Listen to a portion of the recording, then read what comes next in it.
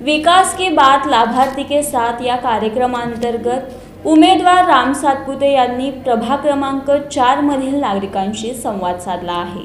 भाजपा महायुतीचे सोलापूर लोकसभेचे उमेदवार राम विठ्ठल सातपुते हे माजी नगरसेवक विनायक विटकर यांच्या निवासस्थानी सदिच्छा भेटीस आले होते। सर्वप्रथम समाजसुधारक हरिभक्तीपरायण लक्ष्मण महाराज यांच्या पुतळ्यास मान्यवरांच्या हस्ते पुष्प अर्पण करत अभिवादन करण्यात आलं।